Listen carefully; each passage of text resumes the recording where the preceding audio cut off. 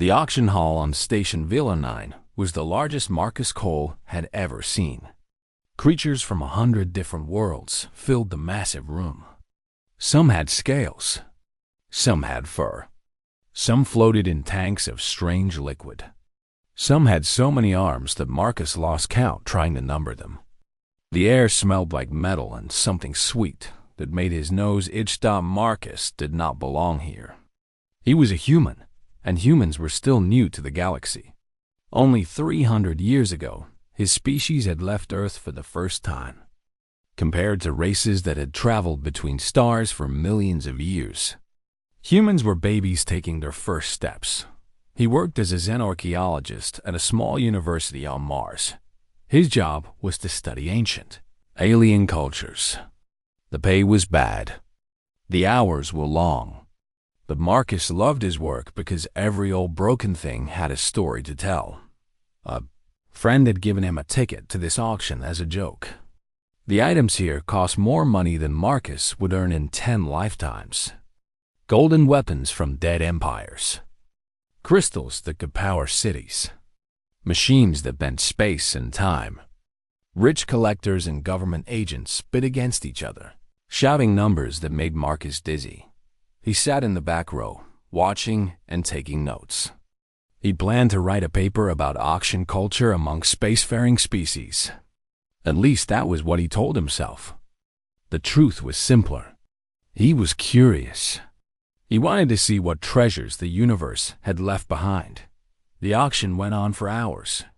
Marcus watched item after item sell for impossible prices. A Theshan lord bought a sword that had killed a king. A Cathari general purchased a map to a planet made of pure diamond. A Valori princess won a machine that could record dreams. Then came the final item. The auctioneer was a Theshan with 4 arms and skin the color of blue ice. He held up a small sphere made of something that looked like crystal. It was about the size of a grapefruit.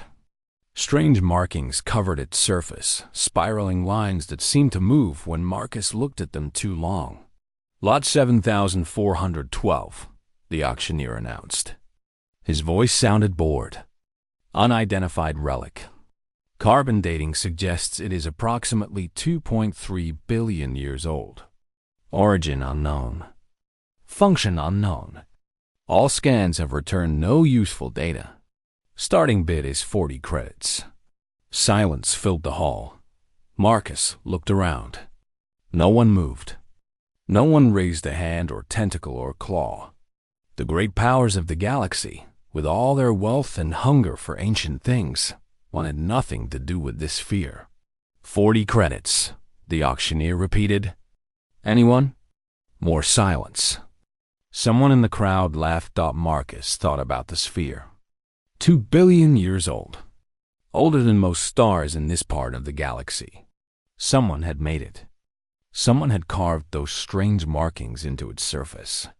And now it sat here, unwanted, about to be thrown into storage and forgotten forever. His hand went up before he could stop it. 40 credits, he said. His voice cracked. Every eye in the room turned to look at him.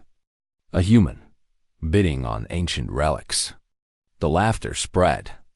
Marcus felt his face grow hot with shame, but no one else bid. Sold, the auctioneer said. He sounded almost sorry. To the human in the back. Marcus paid with his food money for the month. He would eat protein paste and drink recycled water for 30 days. It seemed like a fair trade for a mystery. That night, he sat alone in his small room on the station. The walls were thin. He could hear his neighbors arguing in a language he did not know. The heating system made sounds like a dying animal. But Marcus did not notice any of it. All his attention was on the sphere in his hands. The markings were beautiful up close. They were not random. There was a pattern to them, a logic he could almost understand. He turned the sphere over and over, trying to find meaning in its curves and lines. The sphere began to grow warm. Marcus almost dropped it. He held on, curious despite his fear. The warmth spread through his fingers, up his arms, into his chest. It was not unpleasant. It felt like sunlight on a cold day. Then the sphere began to glow. Light poured from the markings, filling his tiny room with colors he had no names for. Colors that should not exist. Colors that seemed to sing. And then a voice spoke directly into his mind. It was old. That was the first thing Marcus understood. Old in a way that had nothing to do with years. Old like mountains. Old like the space between stars. Old like the silence before the universe was born. Marcus Cole of Earth, the voice said. I have waited.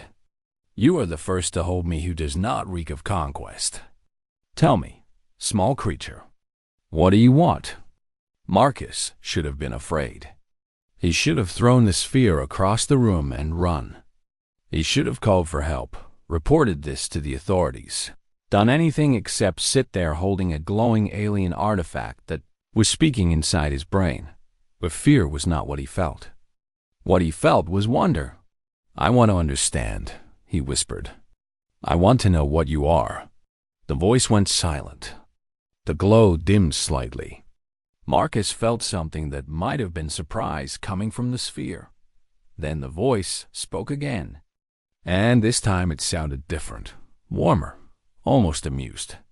In 3 billion years of waiting, it said, no one has ever asked me that. They demand power.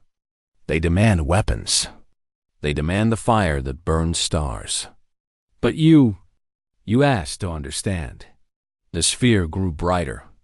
The markings began to move faster, spinning and dancing across its surface. Perhaps, the voice said, I have finally found what I was looking for. Perhaps, after all this time, I have found someone worth talking to. Marcus sat in his tiny room on a forgotten space station, holding an ancient mystery in his hands. The universe had just gotten much bigger and much stranger. And for the first time in his life, he did not feel small. He felt like he was exactly where he was supposed to be. The sphere unfolded like a flower. Marcus watched with wide eyes as layers of crystal peeled back, one after another, revealing something at the center. Light poured out, so bright that it should have burned his eyes. But it did not hurt. It felt gentle, like the sphere was being careful with him. The light gathered in the air above his hands. It twisted and shaped itself into something impossible. A creature made of golden fire and shadow. A dragon, not a dragon from Earth Stories, with bat wings and scales. This was something older. Something that had existed before the word dragon was ever spoken. It had a long serpent body that coiled through dimensions Marcus could not see. Its eyes were like dying suns, red and gold and burning with ancient light. Its wings were made of something that looked like folded space. The dragon was the size of a moon. Marcus knew this even though the projection in front of him was small enough to fit in his room. He could feel the creature's true size pressing against his mind. It was vast beyond understanding, and it was looking at him with what might have been curiosity. I am Pyraction, the voice said. The dragon's mouth did not move, but the voice came from it all the same. Last of the architects. My people seeded this galaxy with life before the first stars of this cycle were born. Marcus tried to speak. His throat was dry. He swallowed and tried again. The architects, he managed. I have read about you. Legends, myths.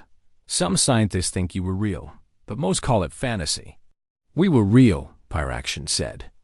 We are real, though few of us remain, and those who do have slept for a very long time. The dragon's projection moved closer to Marcus. Its eyes studied him with an intelligence that made him feel like an insect under glass. We made this galaxy, Pyraction continued.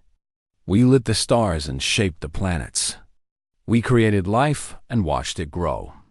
For 1 billion years, we were gods. What happened? Marcus asked. The dragon was silent for a moment. When it spoke again, its voice was heavy with something that sounded like shame. We made mistakes.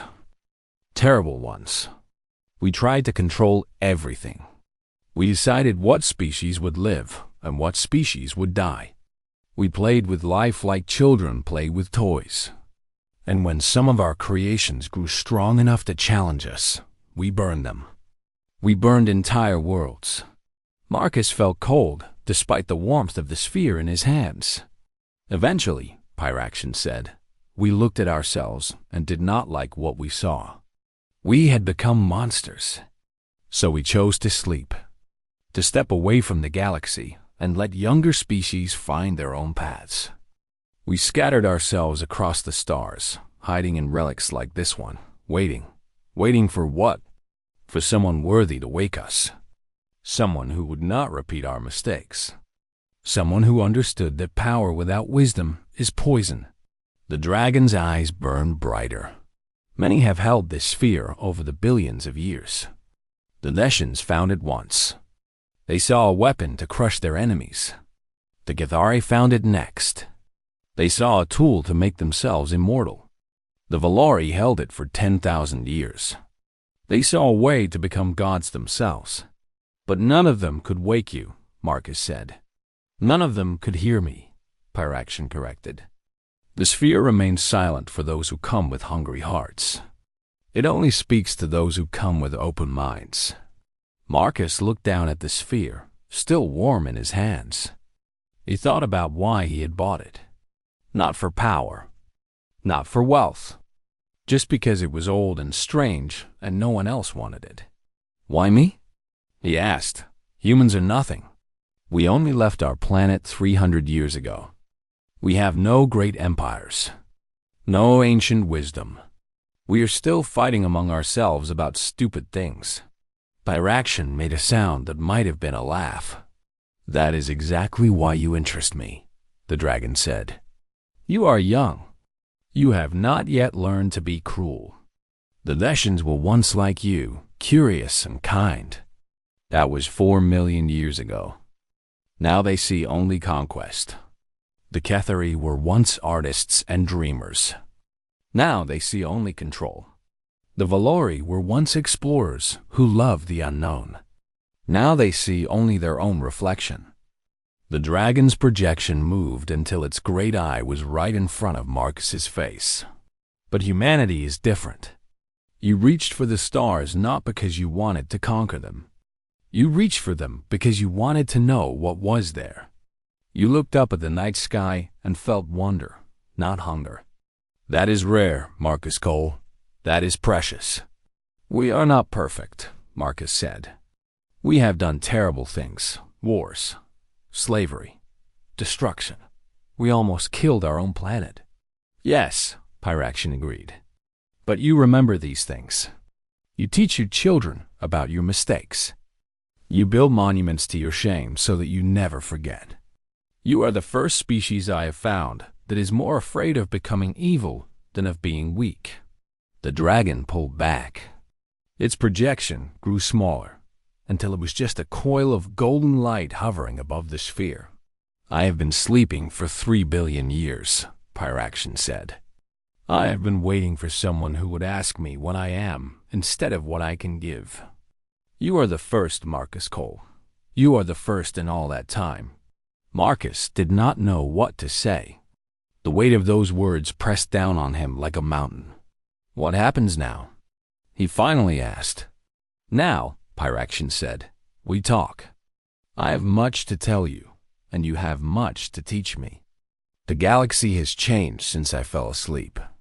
I want to understand it. And I want to understand your strange little species that buys forgotten relics with its food money. For the first time, Marcus smiled. That might take a while, he said. I have time, Pyraxian replied. I have nothing but time. And for the first time in 3 billion years, I have someone worth spending it with.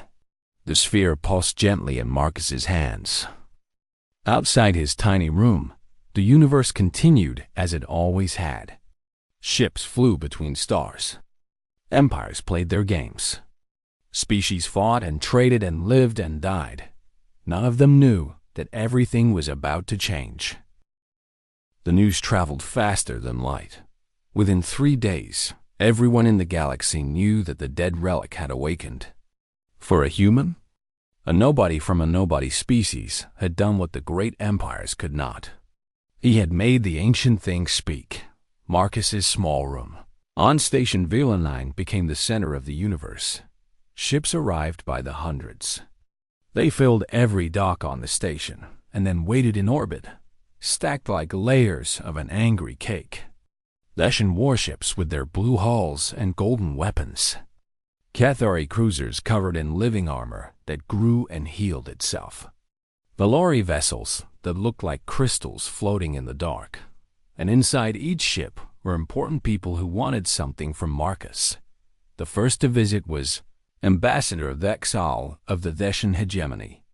He was tall and blue and had 4 arms that never stopped moving. His eyes were cold and sharp. He smiled with too many teeth. "Dr. Cole," he said, taking a seat in Marcus's tiny room without being asked. "You have made quite a discovery. The hegemony is very interested." "It is not a discovery," Marcus replied. "Pyraxian is a person. He chose to speak to me." Thexal waved one of his hands as if brushing away a fly. "Yes, yes. The legends. The architects. Very impressive." He leaned forward. "But let us be practical. This relic, this Pyraxian, has power beyond measure. The hegemony has the resources to study it properly, to unlock its secrets, to use it for the good of all species." "The good of all species?" Marcus raised an eyebrow. "Or the good of the Theshan hegemony." The ambassador's smile did not change, but his eyes grew colder.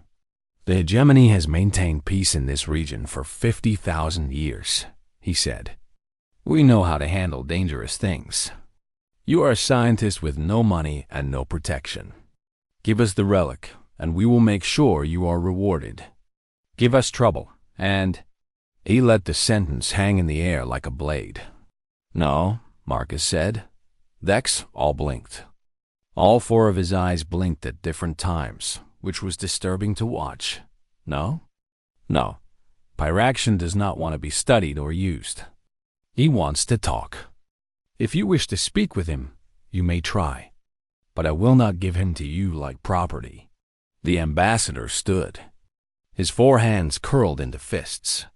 "You will regret this, human. The hegemony does not forget insults." He left. But others came. The Cathari sent a general named Vex Thrawn. She was covered in scales that shifted colors with her mood. Right now they were dark red, the color of anger. "The Cathari are the oldest spacefaring race," she declared. "If anyone has a claim to architect technology, it is us.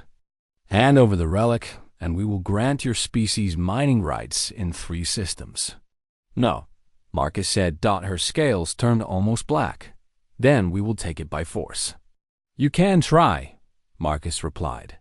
He kept his voice calm even though his heart was pounding. "But Pyraxian only speaks to those he chooses. If you kill me and take the sphere, you will have nothing but a piece of pretty crystal." The Valori sent a princess who did not give her name. She was beautiful in a way that hurt to look at. Her skin glowed with soft light, and her eyes held stars. "I can give you eternal life," she whispered. "Join us. Bring the relic to our world. Live forever as a prince among our people." "No," Marcus said again, her beautiful face twisted with ugly rage. "Fool, you will grow old. You will die. And the relic will remain. We have patience measured in millions of years. We will wait." Representatives came from 12 different species. Emperors and generals and priests and thieves. They offered money, power, immortality, planets. When bribes failed, they tried threats. When threats failed, they tried tricks. Each one touched the sphere when Marcus allowed it. Each one spoke to it, demanded from it, begged from it. The sphere remained cold and silent in their hands. Just dead crystal. "They cannot hear me," Pyraxian explained to Marcus each night when they were alone. "Because they do not listen. They scream their desires at the universe and are surprised when it does not answer. But your species learned to listen to your oceans and your forests and your own hearts. You are not good at it yet, but you try. That matters more than you know. On the seventh day, the threats became real. Marcus was walking back to his room when the shadow moved. A Cathari assassin, scales turned black for hiding, dropped from the ceiling with a blade made of living poison. The blade could kill with a touch. It was meant for emperors and gods. Marcus saw it coming.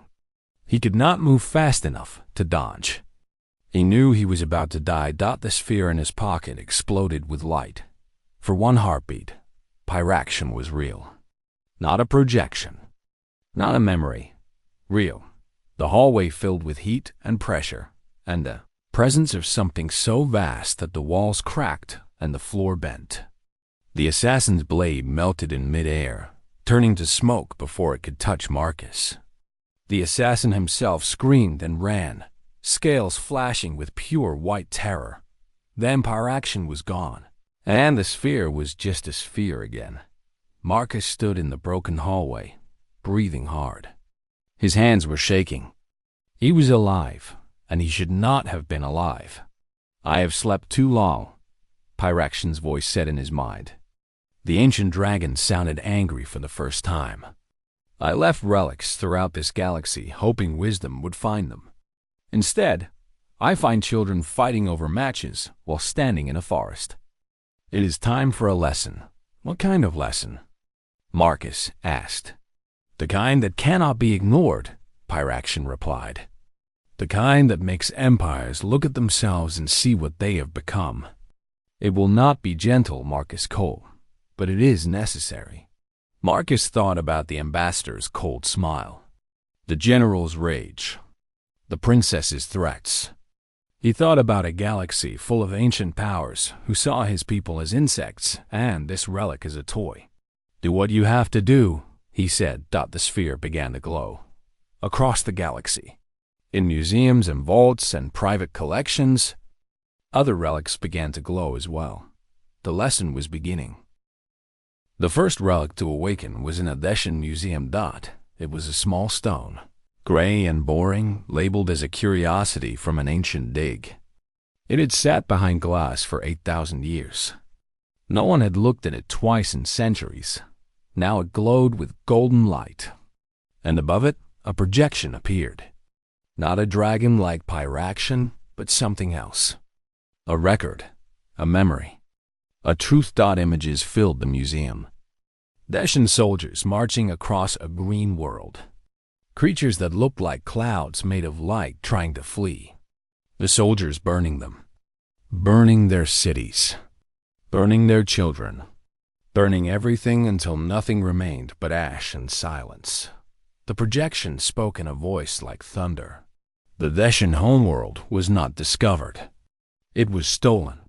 The Luminari lived here for 3 million years before the Deshans came. They are gone now. The hegemony buried their memory so deep that even their name was forgotten. Until now, across the hegemony, billions watched. Some wept. Some screamed. Some called it lies and propaganda. But the projection showed everything. Names and dates and places. Records that the government had destroyed long ago. The truth, complete and undeniable. The second relic awakened on the Cathari homeworld. It was a piece of metal shaped like a scale, kept in the personal collection of the Supreme Commander. No one knew what it was. The Supreme Commander had bought it because it was old and looked important. Now it showed the Cathari what their ancestors had done. 17 subspecies of their own kind, killed and erased. The artists who painted with light. The dreamers who could share thoughts across great distances. The singers whose voices could heal wounds. All of them murdered because they were different.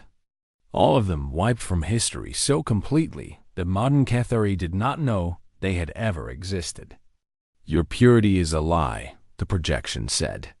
Your greatness is built on the graves of your own family. The third relic awakened in the crystal palace of the VAE Lori Dot. It was a small mirror that showed no reflection. The Valari Queen kept it as a decoration in her private chambers.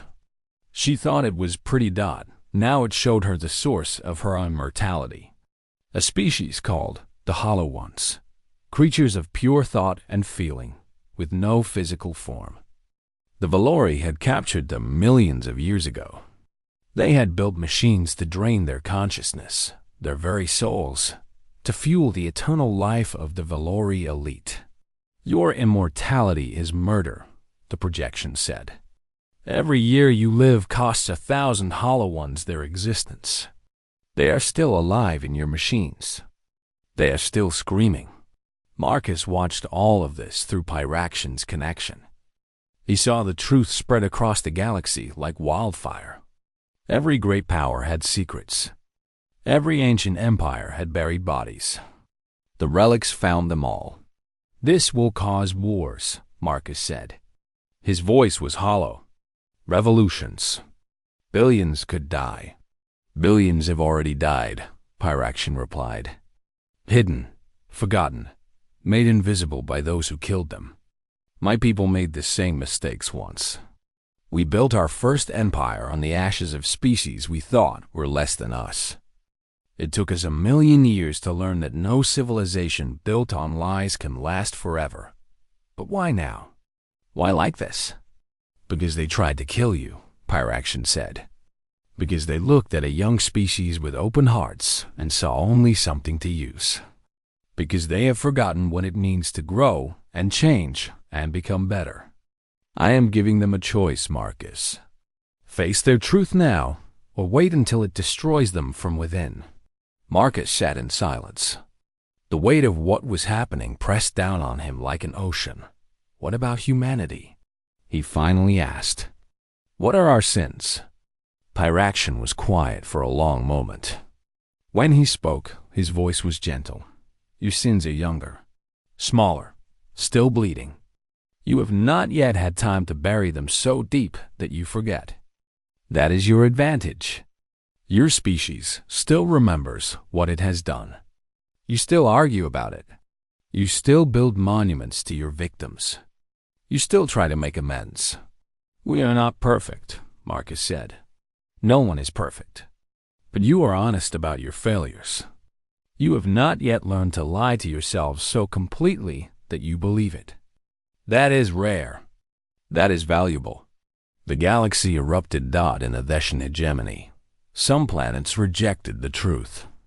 They called it alien propaganda and swore revenge. Other planets accepted it. They began digging for more records, searching for the names of the Luminari, trying to understand what had been lost. Civil war spread across a dozen systems in the Cathari Dominion. The revelation tore families apart. Some demanded that the subspecies be remembered and honored. Others wanted the truth buried again. Generals fought generals. Cities burned in the Valori Conclave. The Queen tried to destroy her relic. It did not break. Instead, it showed her face to every citizen in her empire. It showed them her fear and her guilt. The machines that drained the Hollow Ones were found and destroyed. The immortals began to age for the first time in millions of years. And in the chaos, humanity became something unexpected. They had no ancient grudges. They had no buried crimes against other species. They were too new to have enemies and too curious to take sides. When the Theshans and Cathari came close to war, human diplomats stepped between them. When the Valori needed help understanding death for the first time, human counselors taught them what humanity had always known about grief. Humanity became a bridge, a mediator, a voice of calm in a galaxy that was screaming. This is what I hoped for, Pyraction said. This is why I waited for your species. We are not doing anything special, Marcus protested. We are just talking to people. That is special, Pyraction replied. Talking, listening, trying to understand. The great empires forgot how to do these things. They only know how to demand and threaten and control. But your people learned a different way. You learned that enemies can become friends. You learned that pain can be healed. You learned that the truth, no matter how terrible, is better than a beautiful lie. Marcus looked at the chaos spreading across his screens. Fires and battles and tears and rage. It was terrible. It was necessary. And somewhere in the middle of it, his small species was helping to build something new. This is just the beginning, isn't it? He asked. Yes, Pyraction said. The old order is dying. What comes next depends on who is brave enough to build it. Will you help me, Marcus Cole? Will humanity help me create something better? Marcus thought about his tiny room and his small salary and his forgotten relic that no one else had wanted. Yes, he said. We will try. Outside, the stars burned on. The galaxy turned. And for the first time in 3 billion years, something truly new was being born. 5 years had passed since the relics awakened. Marcus stood on the observation deck of the new Terran embassy, the largest human building ever constructed in space. It floated at the center of neutral territory, a place where all species could meet without fear. Through the massive windows, he watched ships from 40 different worlds approaching the station. Today was the first Galactic Reconciliation Summit. Today, former enemies would sit together and try to build peace. His hair had turned gray at the edges. Lines had appeared around his eyes. The last 5 years had been the hardest and most important of his life. You look tired, Pyraction said. The dragon's projection flickered beside him, smaller now than it used to be. Almost friendly. Almost like a companion instead of an ancient god. I am tired, Marcus admitted. Do you know how many meetings I have been in this week? Deshans and Kethari shouting at each other about things that happened before humans learned to make fire. Valori trying to understand what death means. Everyone wanting something. Everyone afraid of something.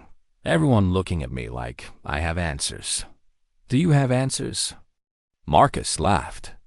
It was not a happy sound. No, I just have questions. And apparently, that is enough. Through the window, a Deshan ship docked beside a Kethari vessel. 5 years ago, this would have been impossible. The ships would have fired on each other without question. Now their crews walked into the station side by side. Not friends, not yet. But not enemies anymore. I did not expect this, Pyraction said quietly. When my people chose to sleep, we thought the next worthy species would be ancient, powerful, wise beyond measure. We did not imagine that wisdom might come from the youngest and smallest among you. Humanity is not wise, Marcus said. We are just stubborn. We kept talking when everyone else wanted to fight. We kept asking questions when everyone else wanted answers. We kept hoping when everyone else had given up. That is wisdom, Pyraction replied. The hardest kind. The kind that does not come from age or power, but from choosing, again and again, to believe that things can be better. A chime sounded. The summit was about to begin. Marcus straightened his coat and prepared to leave. Before you go, Pyraction said, I have something for you. A gift for your species. The air in front of Marcus shimmered. A star chart appeared, showing a part of the galaxy he had never seen before. At its edge, far from the busy lanes of trade and war, a single star pulsed with golden light. What is this? Marcus asked. The coordinates of the last architect nursery. A place where new ideas were born. Where my people learned to create instead of destroy. Where we kept our greatest treasures and our deepest hopes. Pyraction's voice grew soft. It is empty now. It has been waiting for 3 billion years. I am giving it to humanity. Marcus stared at the map. He could not speak. The gift was too large to understand. Why? He finally managed. Because you earned it. Because you were the only species to buy a forgotten relic, not for what it might give you, but for what it might teach you. Because when I asked what you wanted, you asked to understand. In all my long years of waiting, no one else did that. The dragon's projection moved closer. For a moment, Marcus felt the warmth of something impossibly old and impossibly kind. Go to the nursery, Pyraction said. Learn what we left behind. Grow and change and become whatever you are meant to become. And when you are ready, teach the others. That is all I ask. What about you? Marcus asked. Will you wake the other architects? In time. When the galaxy is ready to meet them as equals instead of begging for scraps. My people made themselves into gods once. We will not make that mistake again. Better to be teachers now? Gardeners. Friends. Marcus saved the star chart to his personal device. It felt heavier than any data should feel. It felt like the future. The summit lasted 3 days. There were arguments and tears and moments when everything almost fell apart.